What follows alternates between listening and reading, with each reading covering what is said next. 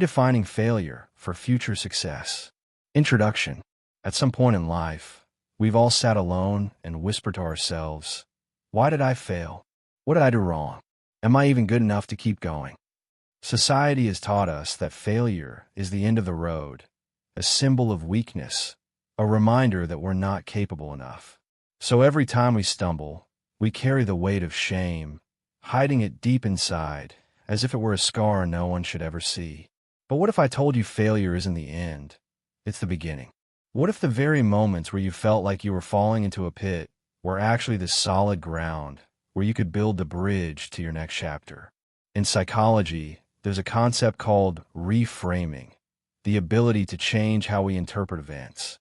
When we dare to reframe failure, what once felt like a burden suddenly becomes valuable data, a doorway to possibilities we never considered before.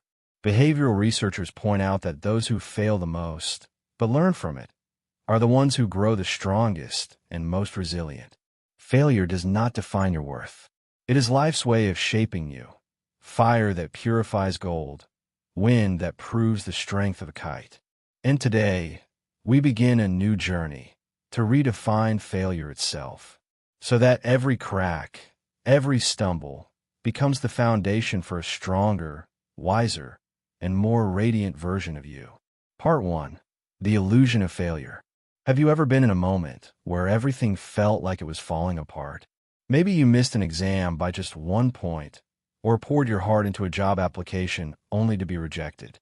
In that moment, it feels as if the entire world has closed its doors on you, like a giant sign flashing the word failure in bold red letters.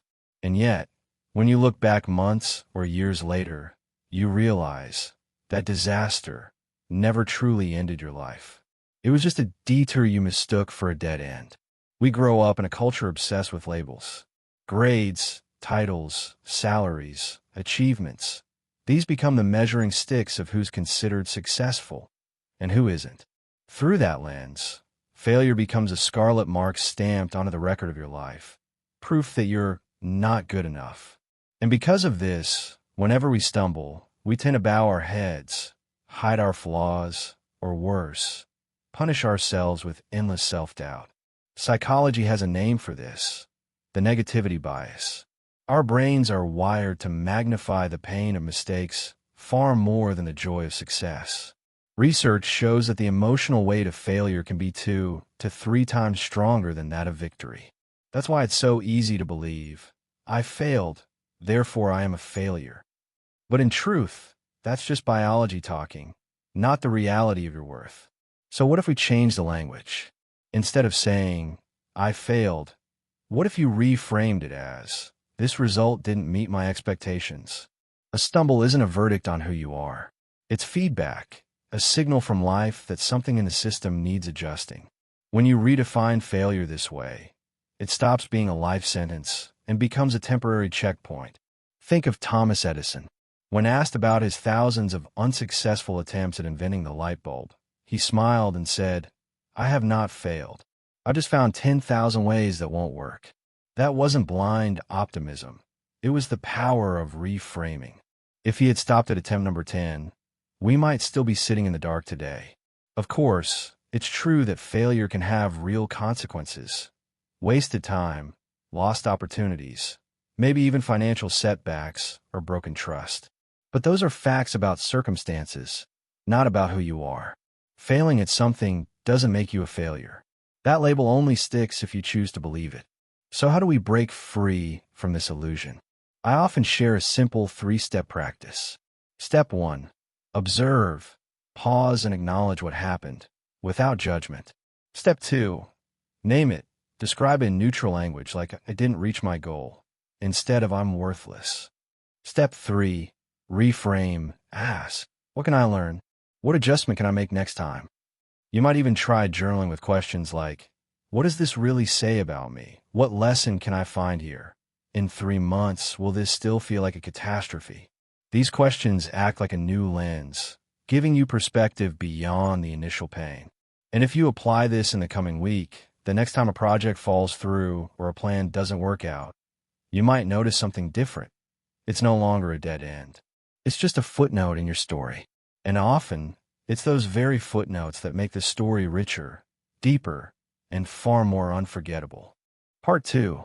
The gift hidden in setbacks. Have you ever looked back at a difficult moment in your life and realized that it quietly redirected you onto a better path?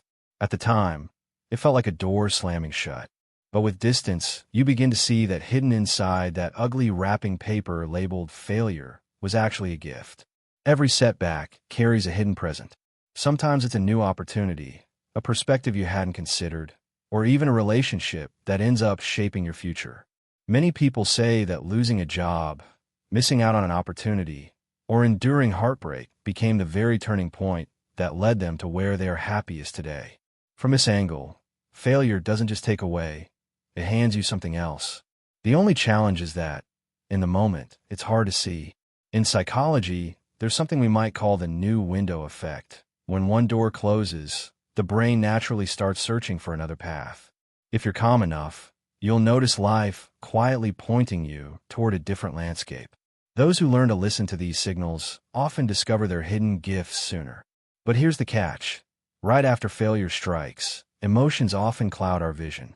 Shame, embarrassment, frustration, they make us want to hide. And in that haze, the gift stays invisible. To truly see it, you first need to allow the emotions to pass. Only then do the outlines of a new opportunity begin to appear.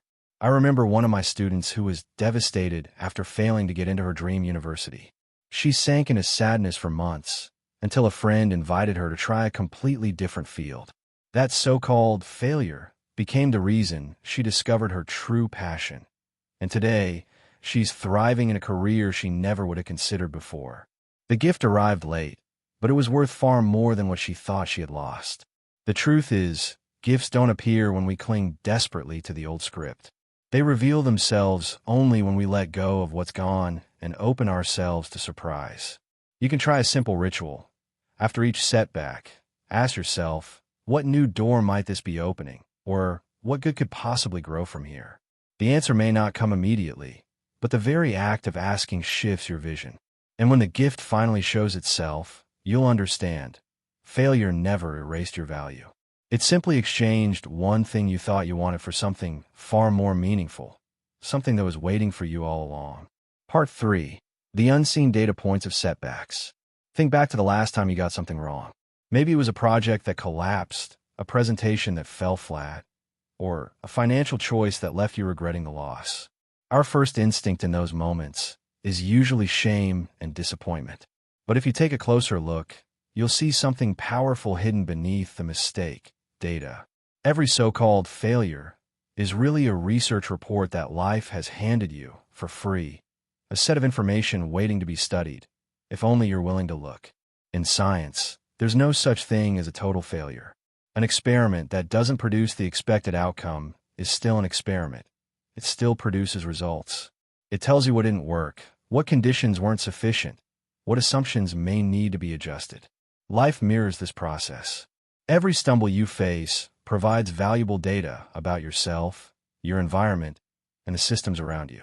The problem is that we tend to dismiss these lessons too quickly because we slap the label failure on them, rather than treating them as information. From the perspective of psychology, this makes sense. Carol Dweck's groundbreaking research on the growth mindset shows that children who are taught to treat mistakes as information grow up more resilient, creative, and willing to take risks.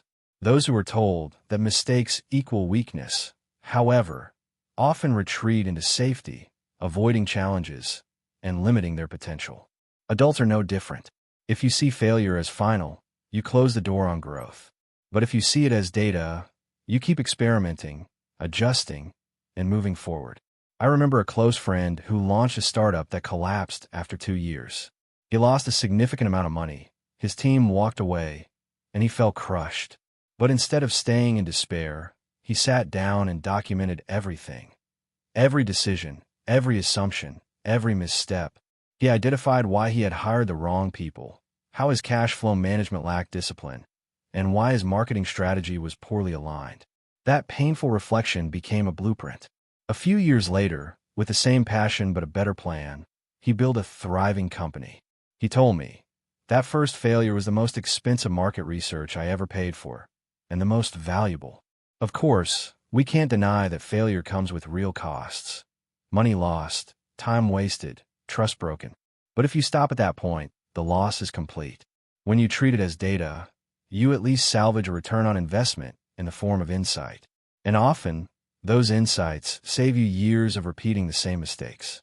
This is why the most successful people in any field rarely describe themselves as lucky. They describe themselves as learners who turned every disappointment into information for the next round. So how can you do the same? One tool I recommend is a personal postmortem. Borrowed from medicine and engineering, it's simply a structured reflection after something goes wrong. Write down your original goal, your assumptions, the actions you took, the actual outcome, and the gap between what you expected and what really happened. Then distill 2 or 3 core lessons. The key is to use neutral language. Instead of, "I'm terrible at this," say, "This strategy didn't work under these conditions." Neutrality keeps the focus on data rather than judgment. Try this in a small way this week. Let's say you plan to wake up early, but overslept. Instead of berating yourself, frame it as data. What conditions weren't in place? Did you go to bed too late? Was your alarm ineffective? What tiny adjustment could you test tomorrow? Suddenly, what felt like a personal weakness becomes a solvable design problem. You can also use reflective questions like, what is this failure teaching me about how I prepare? What piece of information do I now have that I didn't see before? If I treat this as an experiment, how would I redesign it for the next trial? These questions act like a magnifying glass, helping you see details that shame would otherwise blur. Over time, this practice changes your relationship with failure. It stops being a monster that haunts you and becomes a teacher that hands you a progress report after every attempt. Each report, if you're willing to read it, moves you closer to the kind of success that endures. Failure is not the end. It is simply another data point in your journey. And when you choose to listen, you'll find that those data points are the very stepping stones that lead you toward the future you've been striving for. Part 4. From self-blame to self-discovery. We all fall into the same trap. Every time we fail, instead of studying the lesson, we turn on ourselves. Why am I so stupid? I'll never get this right. I'm just not good enough. These phrases echo like background noise in our minds, making us our own harshest critics. The paradox is that self-blame doesn't help us grow. It shrinks us. It fuels fear. It makes us avoid the very risks we need to take to evolve.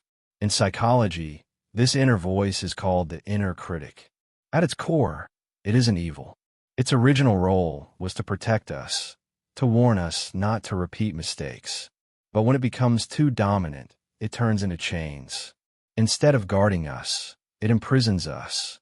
So when failure happens, instead of asking, "What can I learn from this?" we declare, "I am a failure."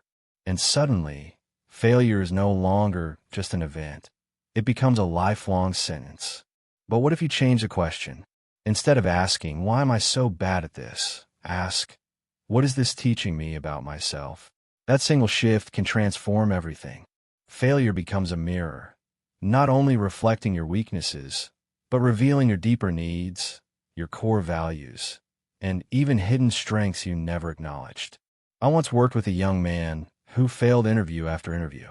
For months, he lived in self-blame, convinced no company would ever want him. But after honest reflection, he realized something surprising. The real pain wasn't rejection itself, but the fact that he had been chasing roles that didn't match his true nature.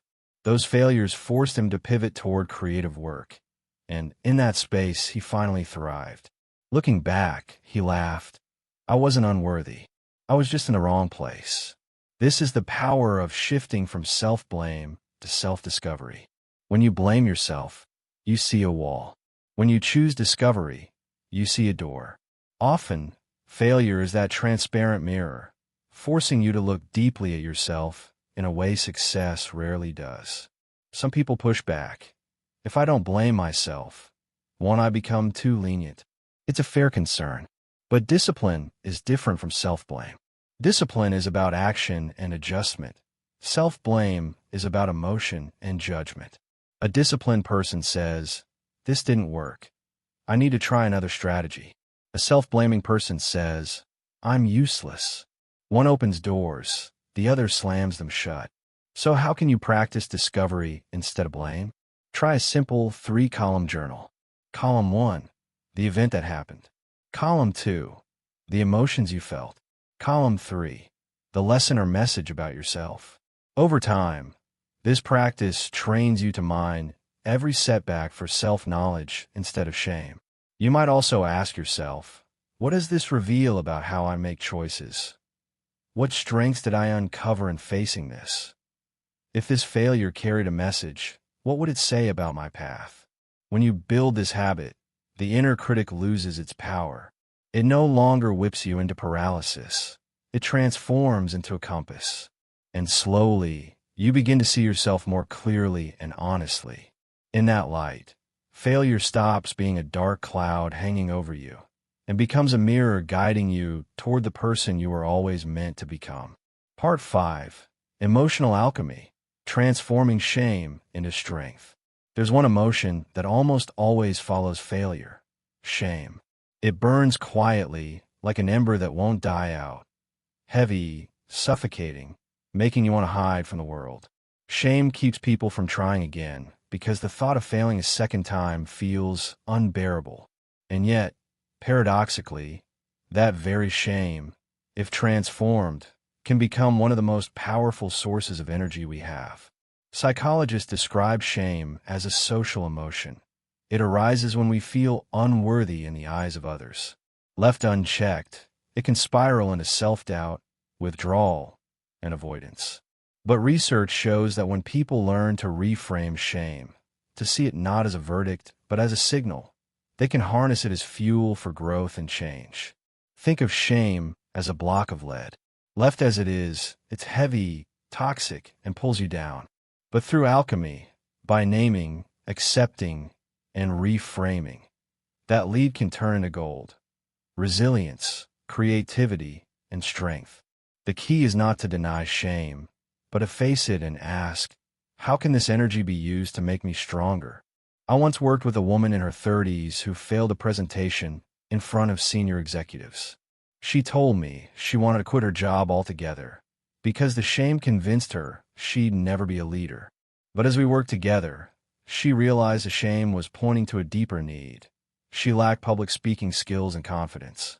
Instead of running, she invested in training, practiced with friends, and turned shame into determination. A year later, she was promoted to lead a large team. Of course, shame isn't always easy to bear. It can suffocate and isolate. But it's important to distinguish shame from guilt. Guilt says, I did something wrong. Shame says, I am wrong. When you learn to separate them, you stop drowning. Guilt helps you correct behavior. Shame, when reframed, reveals what you truly long for: recognition, belonging, growth. So how do you practice this emotional alchemy? A simple 4-step ritual works. 1. Name it. Say, I'm feeling shame. 2. Allow it. Let it exist without fighting it. 3. Reframe it. This doesn't prove I'm worthless. It shows me where I need to grow. 4. Redirect it. Channel the energy into one small action: a class, a practice session, a brave step forward. Try it this week. Recall a recent moment of shame. Write down what triggered it, and then choose one small action that uses the energy positively. Ask yourself, what is this shame revealing about my deeper needs? If this is fuel, what skill could I develop with it? A year from now, how do I want to look back on this moment? When you approach shame this way, it stops being a stone that drags you down and becomes fire in your chest, propelling you forward. That is the art of emotional alchemy, transforming what feels lowest into something noble and strong. Part 6. Building your anti-fragile mindset. Most of us secretly hope for more than safety. We long for a life without pain, without disruption. We build walls, make careful plans, and cling to control, hoping this will shield us from life's storms. Yet the paradox is this: the more we protect ourselves, the more fragile we become. A small shock can shatter us. But there is another way, a mindset far stronger, the anti-fragile. a way of living that doesn't just survive disruption, but grows stronger because of it. The term anti-fragile was first introduced by Nassim Nicholas Taleb to describe systems that benefit from disorder, but it applies just as powerfully to our personal lives. Anti-fragile doesn't mean you don't feel pain. It means every shock, mistake, and failure becomes nourishment for growth. Like muscle fibers, which tear under stress and rebuild themselves stronger, we too can grow through the very challenges that seem to break us. Here's the distinction. Fragile people fear risk and avoid challenge. Resilient people withstand risk and stay standing. But anti-fragile people actively seek small challenges, knowing that these very jolts are what fuel their evolution. The question is no longer, how do I avoid failure? But how do I use failure as fuel for growth? I once worked with a young man obsessed with perfection. He avoided uncertain opportunities because he couldn't bear the thought of looking bad. But his career stagnated. Only when he threw himself into a risky project and failed spectacularly did he realize he hadn't lost everything. In fact, he had gained more insight in a few months of failure than in years of playing it safe. From then on, he shifted his strategy, create small experiments, accept small risks, and grow stronger from every stumble. This is the essence of anti-fragility, designing sandboxes where you can experiment cheaply and quickly. Instead of betting everything on one move, you diversify into small trials. Each failed trial is a lesson. Each lesson strengthens your system. Over time, you build resilience that thrives under pressure. But anti-fragility also requires buffers: time, energy, savings, relationships. With buffers in place, you can afford to fail more often and still stand tall. This isn't wasteful. It's an investment in adaptability. One practical tool is a personal postmortem. After each failure, don't just list what went wrong. Ask, what skill did I strengthen here? What habit became sturdier? What larger challenge can I attempt next because of this? Failure stops being a wound and becomes a training session. Some people object. If I keep seeking challenges, isn't that reckless? The answer is no.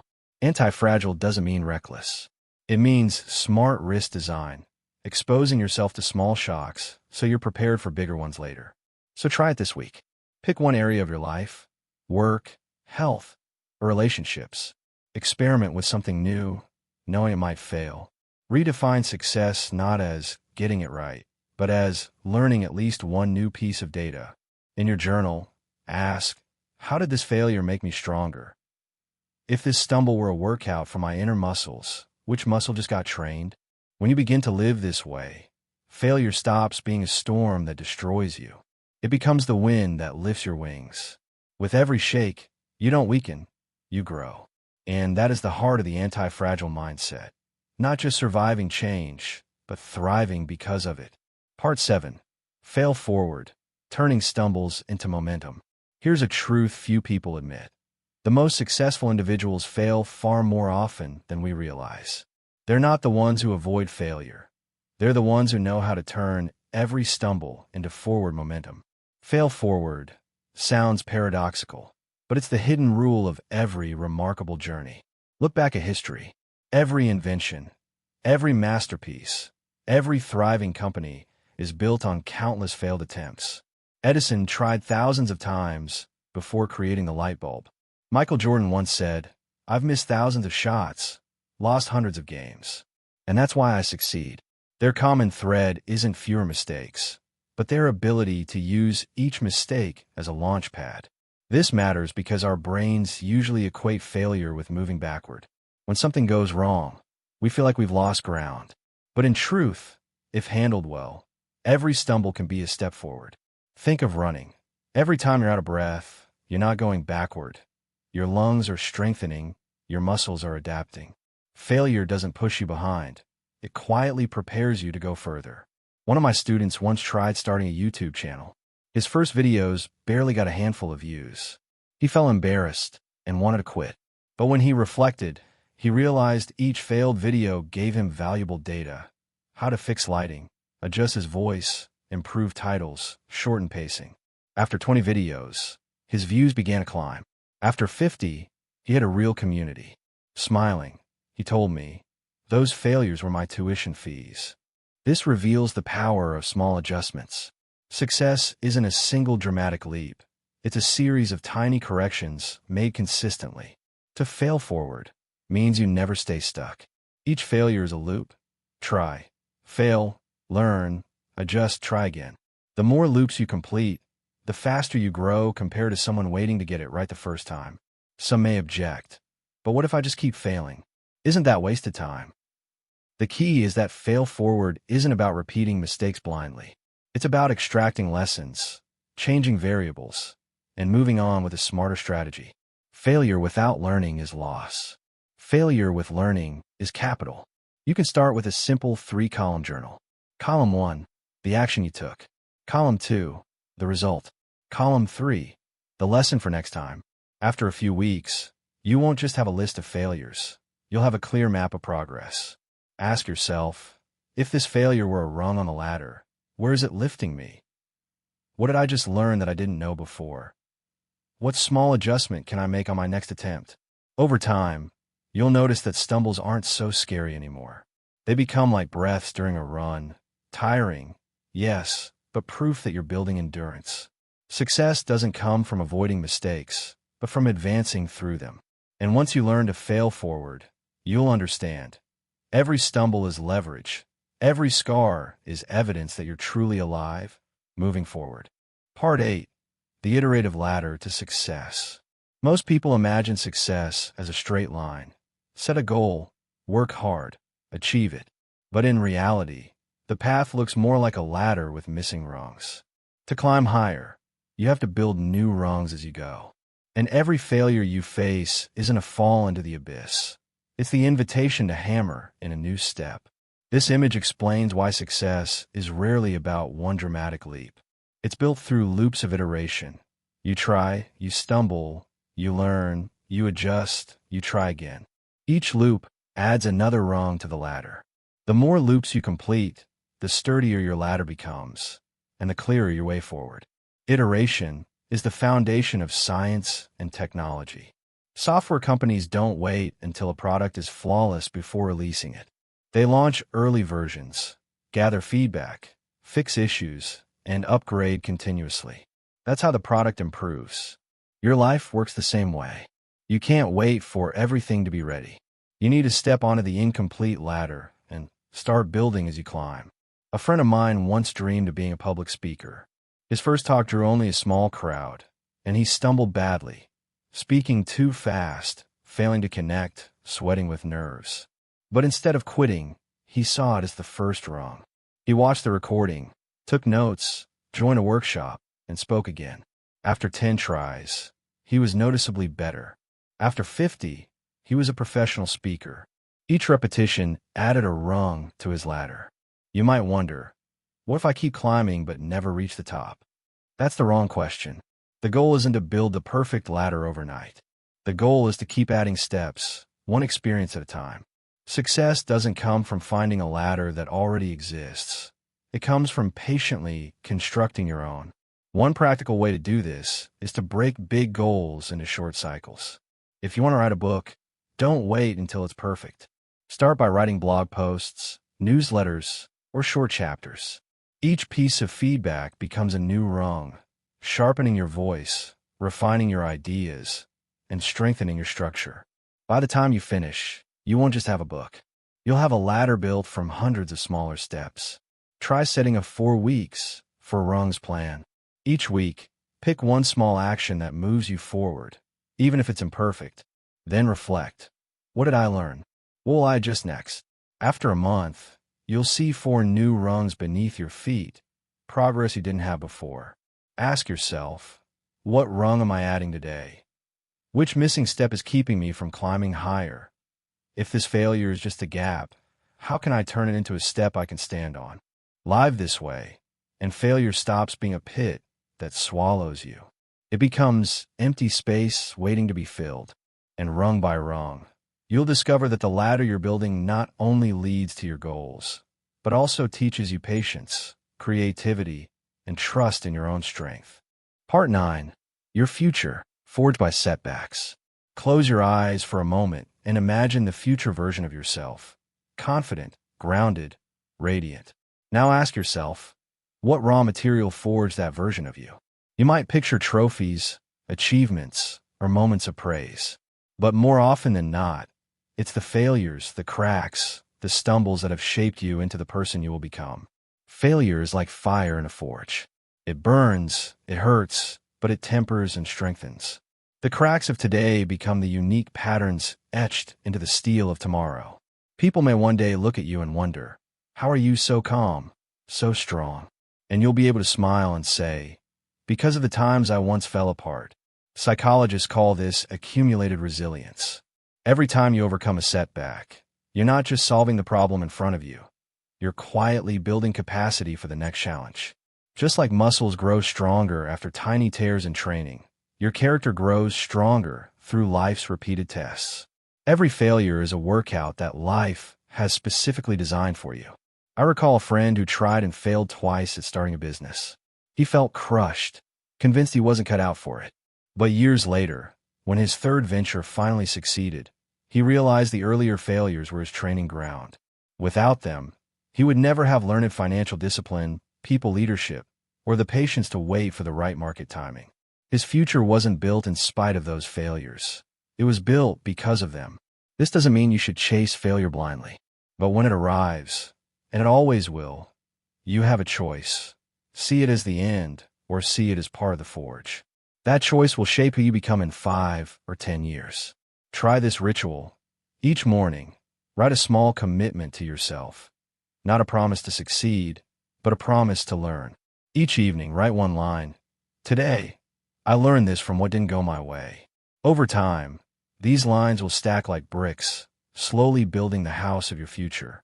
Ask yourself, if I could meet myself 10 years from now, what would that version thank me for enduring today? Instead of fearing setbacks, what if I chose to see them as training exercises? How will my future strength be carved from today's struggles? Failure doesn't make you lesser. It is the hammer and the anvil, the fire and the water, the invisible hands of life shaping you. Your future isn't created in spite of failure. It is created through it. And one day, standing tall, you'll look back and realize every stumble didn't steal your worth. It was silently molding you into the radiant version of yourself you were always meant to be. Conclusion: living true with failure, living fully with success. At the end of this journey of redefining failure, you might still wonder, can failure really be transformed into a gift, into data, into a ladder, into the forge of the future? The answer doesn't come from my words. It comes from your own experience. Because once you practice it, you'll see. Failure is no longer a ghost haunting you, but a companion, sometimes harsh, sometimes kind, always carrying lessons you need. Look back on your life. Weren't the moments that made you stronger, deeper, and more authentic often born from setbacks? Didn't mistakes reveal what needed to change? Didn't closed doors force you to discover new paths? If so, then perhaps failure was never your enemy. It was your teacher in disguise. The truth is simple. Failure does not define you. It is the raw material that shapes you into someone stronger and wiser. True success isn't about never falling. It's about rising with the lessons, gifts, and strengths failure leaves behind. That is the kind of success that lasts, rooted, meaningful, and untouchable. So starting today, I invite you to change just one question. Instead of asking, why did I fail? Ask, what is this failure teaching me? That single shift can open the door to a whole new way of living, where you no longer fear setbacks, but learn to walk alongside them. 1 year, 5 years, or 10 years from now, when you look back, you'll see that failure built you. And you'll smile, because by then you'll understand, failure was never the end. It was always the beginning of something greater.